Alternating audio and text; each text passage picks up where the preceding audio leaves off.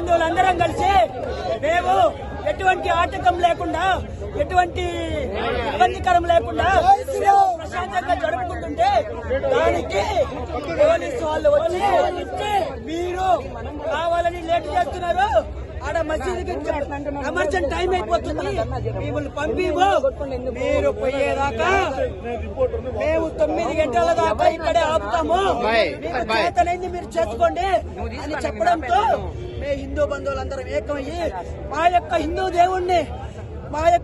దేవుణ్ణి నడి రోడ్లో ఆపేయడం జరిగింది. ఈ ఆపడానికి కారణం పోలీసు వాళ్ళే.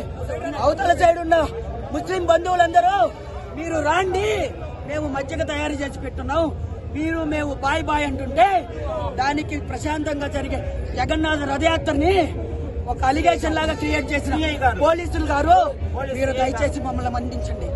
ఇదే రోజు దీన్ని మీరు కానీ కొత్తగా స్టార్ట్ చేస్తే రేపటి రోజు మేము ఏ ఒక్క ఉత్సవాలు చేసుకోలేము, ఏ ఒక్క ఊరేగింపులు చేసుకోలేము. దయచేసి మీరు మమ్మల్ని అర్థం చేసుకొని మా యొక్క ర్యాలీని, మా యొక్క జగన్నాథ రథయాత్రని, మా యొక్క ఏ యొక్క ర్యాలీనైనా వాళ్ళు మేము బాయ్ చేసుకుంటాము, మేము సంపూర్ణంగా ఉంటాము, మేమేం వాళ్ళకి వ్యతిరేకం కాదు, వాళ్ళేం మాకు వ్యతిరేకం కాదు, మేము ప్రశాంతంగా చేసుకుంటాము. దయచేసి ఈరోజు మా యొక్క జగన్నాథ రథయాత్రని 7:50 నుంచి దాదాపు 8:40 దాకా మెయిన్ రోడ్ లోపు ఆపడం జరిగింది. దాదాపు 50 నిమిషాల వరకు మా యొక్క హిందూ బంధువుల దేవుణ్ణి మీరు ఆపేశారు. జొన్నవాడ సెంటర్ దగ్గర మసీదు కౌతల ఆపేశారు.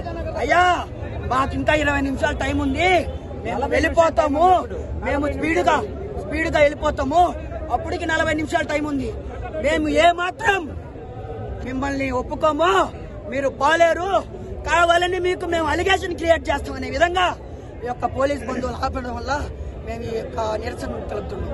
మా యొక్క హిందూ బంధువులు ఏకమైతే మీరెవరూ మమ్మల్ని ఆపలేరు.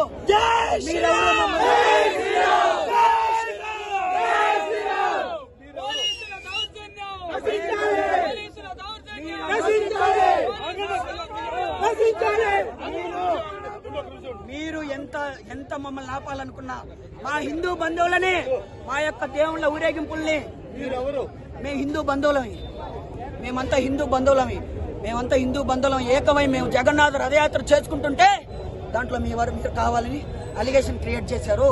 ఇందాక ఒక దగ్గర మసీద్ దాటుతుంటే వాళ్ళు మేము బాయ్ అంటే మీరు సౌండ్ తగ్గిమన్నారు.